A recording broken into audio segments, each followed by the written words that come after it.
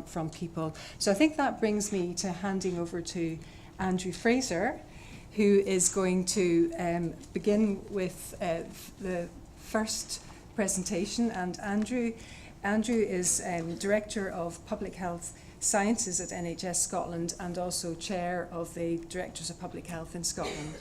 Thank you, Andrew. Thanks very much indeed. Thank you. That was Michelle, and this is me. Right. Good morning, everybody. It's very good to see you here.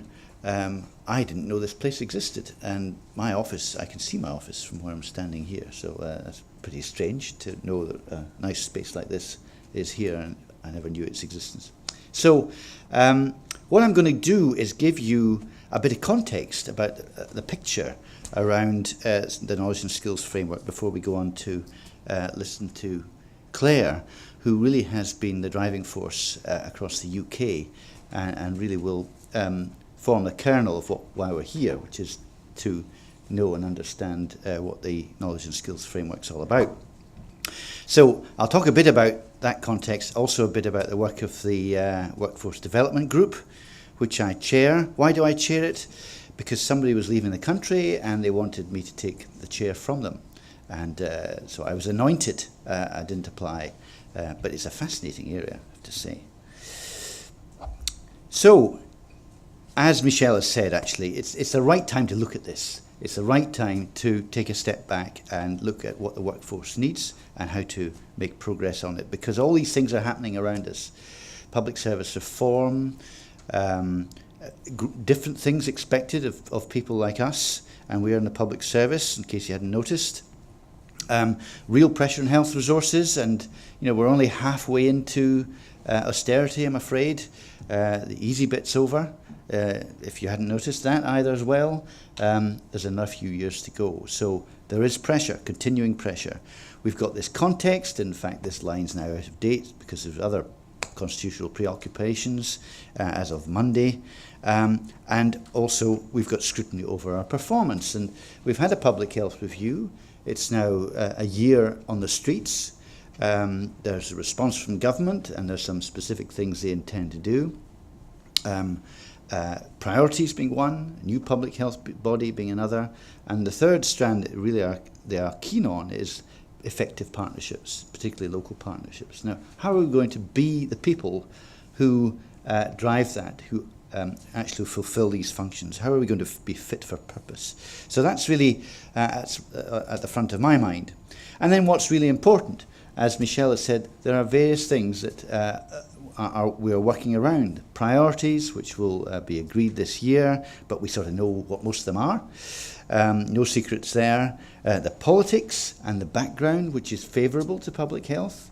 And we could get on and make ourselves useful in that area. I've added climate change too, because we keep forgetting about it. But if the whole world falls over while we're looking at the smaller details of how we get on in Scotland, that's not very wise. And we've got a job to do in there. So, the right place, well, this is Scotland. We're happy to know that just south of us, that little beige patch there is England, and welcome to Claire, because we do need the joint forces and thoughts and efforts of the UK to move ahead. A lot of what happens in workforce and workforce development is on a UK-wide basis. So we are here, quite a small population by UK standards, but we have got to do things about transformation of the population health. So it's the right place to be, and as I say, the political context is favourable.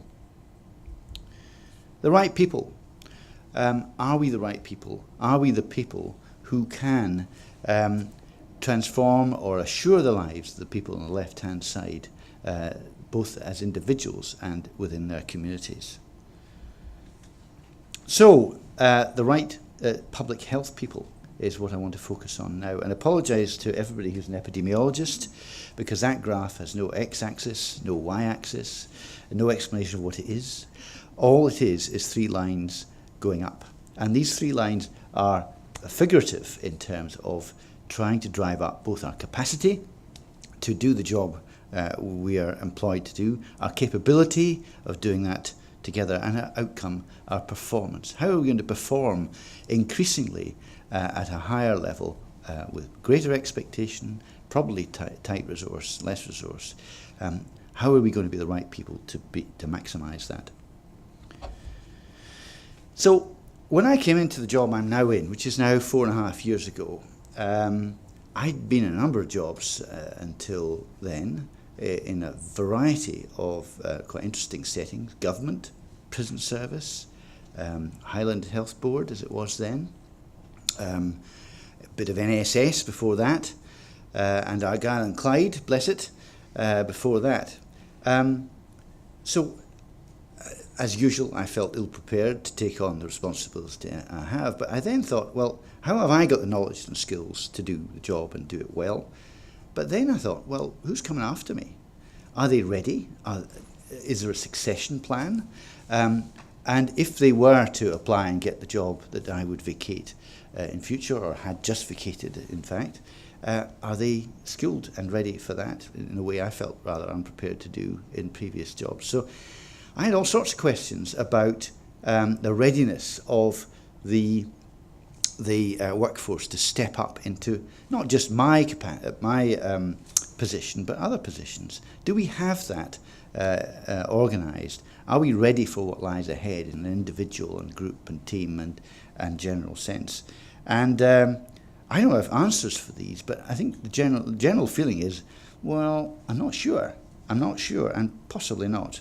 So I then went on a little bit of quest, and as I said earlier, I was anointed the chair of this group, which is a great group of people.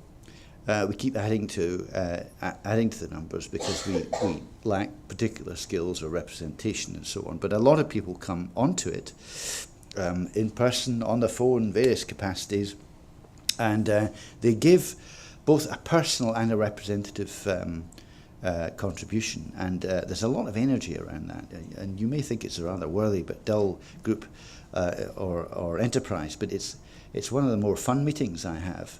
It's kind of terrifying, but it's a good meeting, and it's multidisciplinary. It's multi-agency. So we've got people from the NHS sector and local government and the third sector. It's not executive, so it doesn't do things. It doesn't throw money at things because it doesn't have any money to throw. But it asks people to bend whatever resources they've got, or go away and do work that shapes and promotes and so on. Does it commission stuff? Well, it probably doesn't. But would it like to? Well, it probably does want to do that. But at the moment, it is a strategic and it's a shaping body. And it's accountable to the CMO on behalf of the chief professional officers. But it's not an accident of history, but that's where it's tethered to the great world out there. So what have I learned on my trek around the workforce area? Well, it's complex, and I thought public health was complex, but you try the public health workforce, and it goes to higher degrees of complexity than I ever thought. On the left-hand side there, you've got all sorts of things which are very much UK-driven, and not a bad thing, because if we did it ourselves in Scotland, we would be pretty taxed to keep it all going. But a lot of medical nursing, a lot of that sort of agenda setting around undergraduate curricula, postgraduate curricula is a UK business. As you'll come on to hear, the skills and training framework is a fundamental piece of work that props up all this very complex undertaking. And then the other side, you've got, well, what do the employers think? And there's terms and conditions, and there's bandings and all sorts of things, because they've got to map on to skills and skills development and career development. And then there's sectors, as I've said, not just the health sector. If you talk about, as I will, the wider workforce, well, that goes everywhere. I was at a meeting with some of you at the Housing Festival yesterday down at the Scottish Exhibition Centre. They are supreme public health leaders, some of them. They are doing things that are fundamental to the improvement and protection of health in Scotland. So we need to engage with sectors that some of us have rarely thought about. The academic sector is very different. Well, that's code for goodness gracious me. I really can't figure that out at all. I sat down with a professor. I'm glad John Frank is here because he could defend what I'm about to say. But one of his fellow professors, and he then explained to me how people progress in their career. It has nothing to do with skills and knowledge and frameworks like this. Well, it might have, but it'd be a pure accident. It's to do with papers and productivity and commitments and excellence of various other ways that you demonstrate, which is usually peer-reviewed demonstration and impact and so on. A complete mystery to me, and how we attach academic public health to this world that we're living in, I don't know, but we're going to have to try, because what they are doing, and if you look at the stats, the number of people engaged in public health work in the academic sector, that's important in numbers and quality and spread, and it's not just the 4 ancient universities, or 4 or 5, it's 11 plus universities. A lot of people doing useful work all over Scotland there. So it's very different, but that's code for goodness. Then there's specialist practitioners and wider, and that's how we've stratified our work, and most people do. My colleague Anne-Marie Wallace split out in work she did a few years ago the wider workforce into the strategic workforce and the operational workforce. We maybe come back to that, but by strategic we mean, for instance, my chief executive, who's got a social work background, my chair, who's got an economic development background. They are the wider workforce, perhaps. They maybe not be specialists, but they're extremely important to the future of public health in Scotland, and people like him and her, and heads of housing agencies and so on, chief constable, whatever. So that is the strategic wider workforce, whereas the operational might be teachers or policemen or nurses and midwives and so on. And then there's resources, dealing with where they are. They're locked up in little budgets here, and people here, and people I've had never met until I came into this area. And then there's this fit for purpose thing. If you take this all together, does it work? Does it work? Does it deliver people, teams, services that actually do it for public health? So how do you get that all marching in step? Don't know, but we're trying. And then there's more learnings. I told I've put a big question mark over my understanding of academics. And then there's other worlds, as I've said, how they measure success. The third sector, extremely important. We've got to graft their effort into what we do much more effectively. And we shouldn't stop talk about them in the third sector. They are us. They do things and they have skills that I don't have, and I doubt some of you have.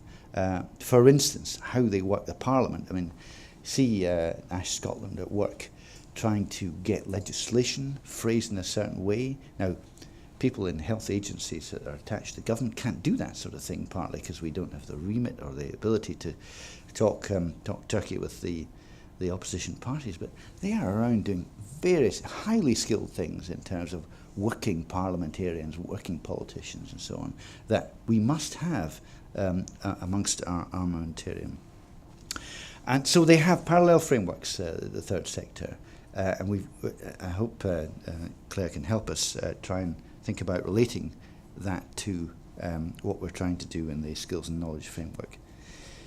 Okay, so in terms of what I've learned in process, yes, there are the specialists, and the doctors and dentists, as you know, look after themselves pretty well in this area. The nurses slightly less so, but they're a big workforce and they are quite structured, and everybody else is not well looked after in terms of organisation. At least that's what I would venture to suggest.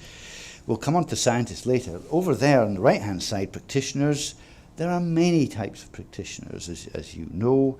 Again, practitioners in nursing quite well structured, but as you go down the list, things start getting a bit threadbare, or for many others, a career structure is lacking. So the scientists. The NHS, and I'll stick with the NHS at the moment. NHS is very, very structured about science. David's here.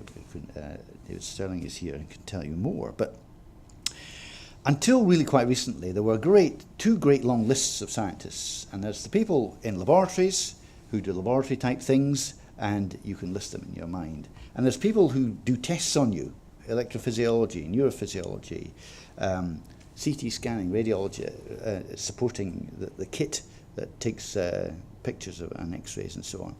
Many, many different disciplines. I think David mentioned 63 is a number I've heard in my mind. Many different types of scientists. And then a little list is formed in the middle around information science.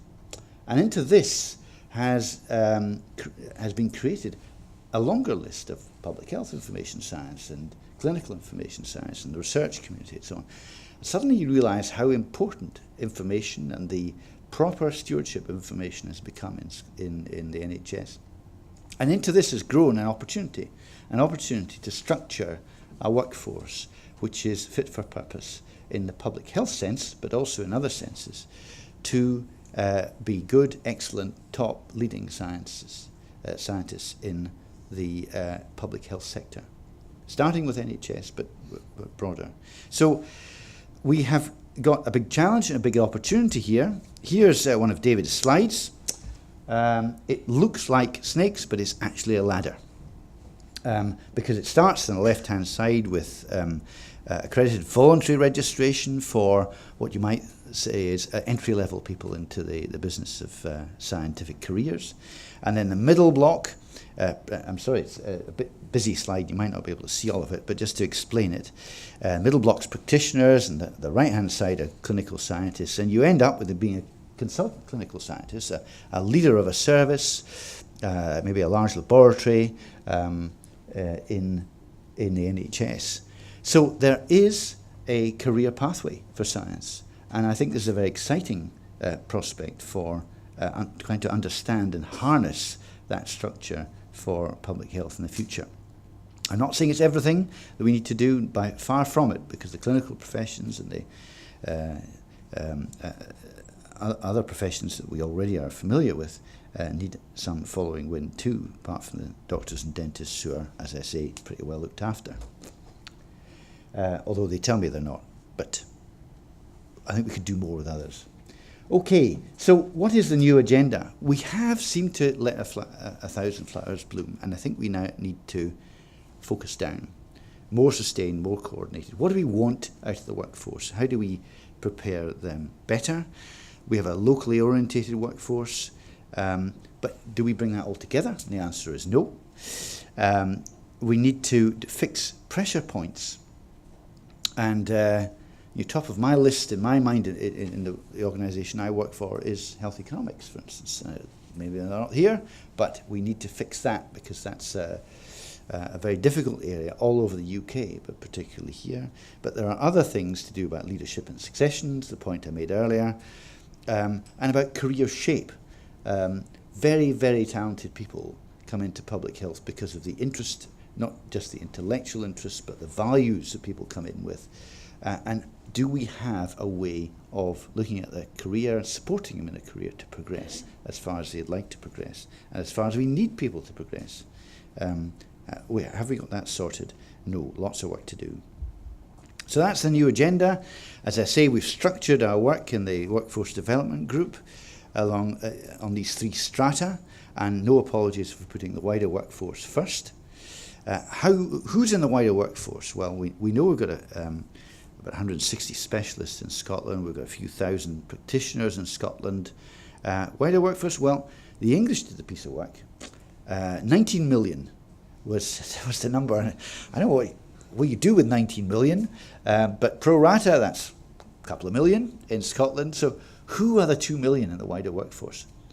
Well, it may be a sort of jokey number, but if you think of the potential to influence and improve public health across 2 million people, and even to influence a tiny wee bit to lean towards the public health agenda, then you've got a very large and potent potential. Anyway, potent force, potent workforce. So think of that. Small changes for 1.9 million people could really make a lot of difference. So we've got to look at leaders, we've got to look across disciplines, we've got to look at succession planning and this sort of thing, and we've got to collaborate with all sorts of other groups that are going on. Ruth's going to tell you later about health protection. They are not racing ahead, but they're ahead of other domains in terms of getting organised and structuring their thinking around developing their workforce. And we need to both learn, borrow, and adapt to what they're doing and other people are doing. So, the public health skills and knowledge framework. I'm not going to say much about it because you'll hear more. But to me, and in this very complex environment, that's what it offers, this unifying spine. It relates across sectors. The English talk about a skills passport. We don't up in Scotland so much, but we'll maybe experiment with that term. It's basically what do people who have acquired skills carry as an ability to move around the system and move more freely between not countries, but domains, disciplines, organisations that are in the public health sphere. And finally, we create a workforce. I mean, maybe it's an individual endeavour for some of us, but we need a workforce which together is going to be effective, fit for purpose. So, right time, right place, right deployment of skills. We need many qualities in our workforce. And one thing I'd like to point out, because it exercises me, and I think it exercises the President of the Faculty of Public Health at the moment. It's not just about the technical skills, it's what he calls, John Middleton calls, personal effectiveness. So do we have a message? Yes, but how do we put across the message? Are we effective as people and as teams in influencing for public health? So it's not just about the science, there's a bit of the art. We seem to occlude our view of what the art of practice of public health is. And so what lies ahead? Well, we need this wider workforce. We need them to be more aware of what the public health issues are. I'm talking to all sorts of people, including Ness, who seem increasingly to get the message. The business of nursing is not just about personal care. They nurse in a public health structure. That's a big prize to tweak nurse education, but not just nursing education across all disciplines, all clinical disciplines. So I'm talking to them, talking to all sorts of people to see if we can edge the workforce. We've got the wider workforce towards public health. Leadership and followership. It's fine to be a leader, but if nobody's following you, well, it's not fine. You're not going to get the job done. You're just one person out on your own. So the qualities of leadership are not just about being out there on your own. We talk about collaborative leadership, servant leadership, various other types. We need to get the right form. Not everybody is going to be the same sort, but we need to study, apply, and get that right.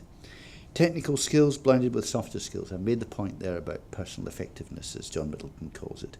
I think that's very important. And then accepting that changes is necessary. I have senior colleagues who question continually whether we really need to change. Well, I've got news for you. We're in a changing environment. The challenge is changing. All sorts of doors are flying open at political and policy level that we can go through and make a difference. Some doors are completely firm, tight shut in England. So we could be we have a different requirement on us, and there are different opportunities, many different and more opportunities in Scotland to influence public health at that level than there may be in England, but there are doors shut in other areas. So the right people, top people, dismantle the ceiling. What's that about? We have a ceiling, an informal ceiling, an unspoken ceiling for disciplines other than medicine and dentistry. I have to be frank. We have to dismantle that. And we are in the process of doing so. I'll say no more than that. But the business of public health is not just about doctoring and dentisting. Do you dentist? What's the verb of dent? Anyway, it's more than that, and it's more complex than that, and we've got to recognise that. So that's got to be the game.